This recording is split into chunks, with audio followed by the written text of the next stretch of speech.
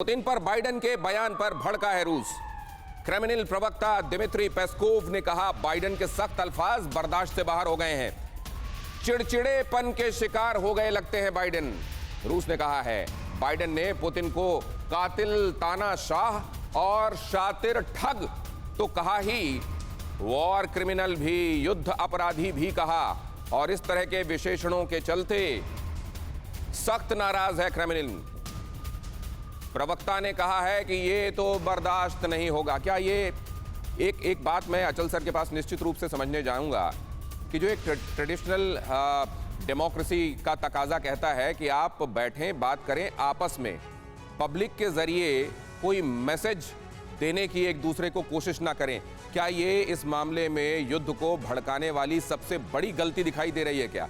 या ये दुनिया युद्ध ही चाहती है इसीलिए ये सब काम हो रहे हैं? क्योंकि ऐसा नहीं है कि परंपरागत रूप से कूटनीति का तकाजा क्या कहता है ये उन विद्वानों को पता ना हो, लेकिन एक अहम खबर इस लिहाज से देखिए कि बाइडेन वर्सेस पुतिन में वर्ल्ड वॉर का काउंटडाउन लोगों को दिखाई क्यों दे रहा है। ये दोनों बहुत शक्तिशाली देश हैं।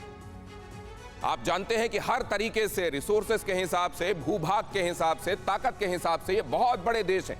और अगर यहां पर सीधे सीधे हेड ऑफ द स्टेट एक दूसरे को लेकर ये नजरिया रख रहे हैं कि बाइडेन पुतिन के लिए वॉर क्रिमिनल, शातिर ठग जैसे, कातिल तानाशाह जैसे शब्दों का इस्तेमाल कर रहे हैं, ये रहे वो विशेषण आपके सामने। क्या बाइडेन जानबूझकर पुतिन को भड़काने के लिए ये कर रहे हैं? एक तरफ इस तरह की शब्दावली और दूसरी तरफ पेंटागन कहता है कि वो कीव पर एटॉमिक हथियार चला सकते हैं।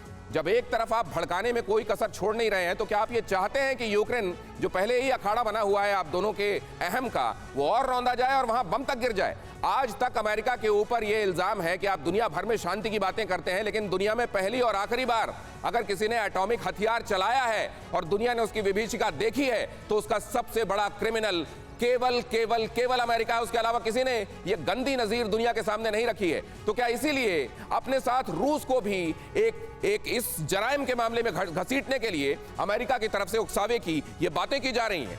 ये बाइडेन के बयान पर क्रेमलिन की नाराजगी मैंने आपको बताया।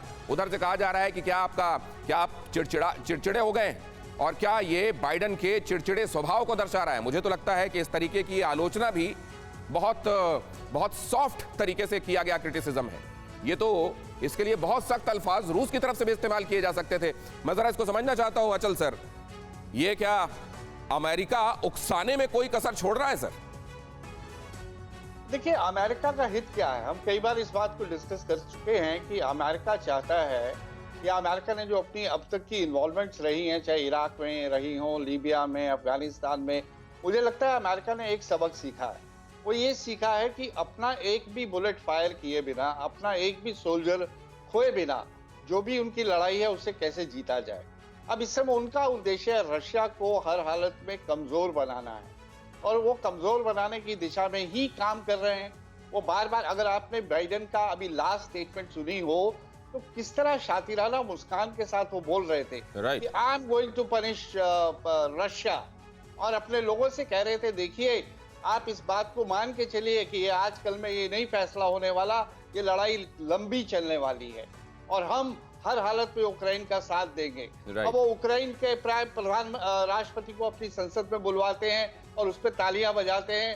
वो बेचारा वैसे ही, उसको जरूरत क्या है, और आप उसे सिर्फ सांत्वना दे रहे हैं। लेकिन मैं अब ये जानना चाहता हूं सर कि अगर ये प्रिंसिपल सुन त्सू का था, जो उसकी किताब को कोट करते हुए कहा जाता है कि बगैर एक गोली चलाए दुश्मन को जीत लो, चाइना को पिछले साल तक नंबर 1 एनिमी कोट करने वाला देश आज रूस को सबसे बड़े दुश्मन के तौर पर देख रहा है। ये अमेरिका का कंफ्यूजन है या ये स्ट्रैटेजिक की गई तब्दीली है कोई, जनरल सिन्हा? पहली बात तो मैं ये कहना चाहता हूं कि अमेरिका का MIC, मिलिट्री इंडस्ट्रियल कॉम्प्लेक्स, नहीं चाहती है कि शांति हो, क्योंकि उनका फिर धंधा कैसे चलेगा। ये वही जो आर्म्स लॉबी है जिसने जॉन एफ कैनेडी को मारा था। तीसरी बात, अमेरिका की स्ट्रेटजी है कि दुश्मन को परास्त करो, रूस को इस दलदल में फंसा दो और दूसरे के कंधे से फायर करो, और वो अपना रिसोर्सेज, अपना, और इकोनॉमिकली भी देखिए अमेरिका कितना ऑफेंसिव हो रहा है। कहा जा रहा है कि पुतिन का जितना भी एसेट्स है विदेश में, $100 बिलियन का, उसको फ्रीज करने की कोशिश कर रहा है। जितने ओलिगार्क्स हैं अमेरिका, ये रूस के, उनको परेशानी में डालने की कोशिश कर रहा है।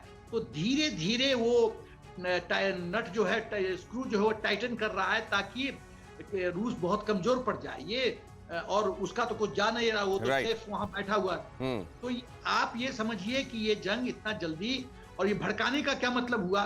देखिए, एक हेड ऑफ द स्टेट दूसरा हेड ऑफ द स्टेट के को एड्रेस करे तो एक शब्दों की मर्यादा होती है। बिल्कुल। आप इस तरह से मतलब बिलो द बेल्ट नहीं हिट कर सकते। बिल्कुल। इसका मतलब आप उकसा रहे हैं, इसका मतलब आप चाहते नहीं कि यूक्रेन में शांति हो, इसका मतलब है आपका कुछ अल्टीरियर मोटिव है।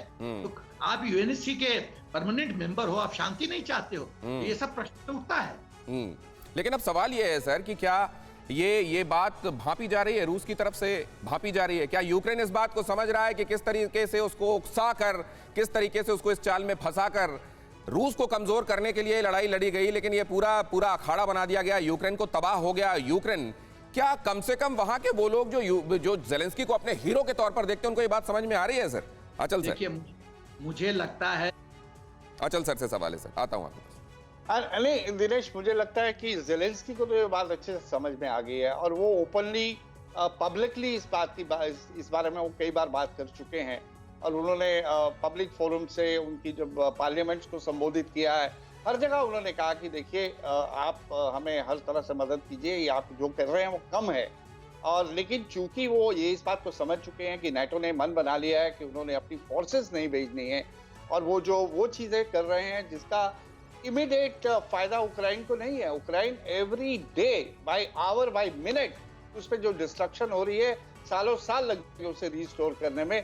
और मुझे लगता है कि ये बात अगर उनके दिमाग में और घर कर जाती है तो फिर कोई वाया मीडिया निकालकर, वो भी चाहेंगे, समझदारी तो यही है कि वो कोई वाया मीडिया निकाले और इस बात पे समझौता करें, इस तरह का समझौता करें कि वो विन विन सिचुएशन हो जाए। लेकिन रशिया ने भी मन बना लिया है कि अब हम इतना आगे तो पीछे हटने का सवाल नहीं है, और रशिया ने भी नाटो की लिमिटेशंस को भांप लिया है कि नाटो 10 पार एंड नो फर्दर की पॉलिसी बना के चल रहा है, इससे आगे वो नहीं चलेगा।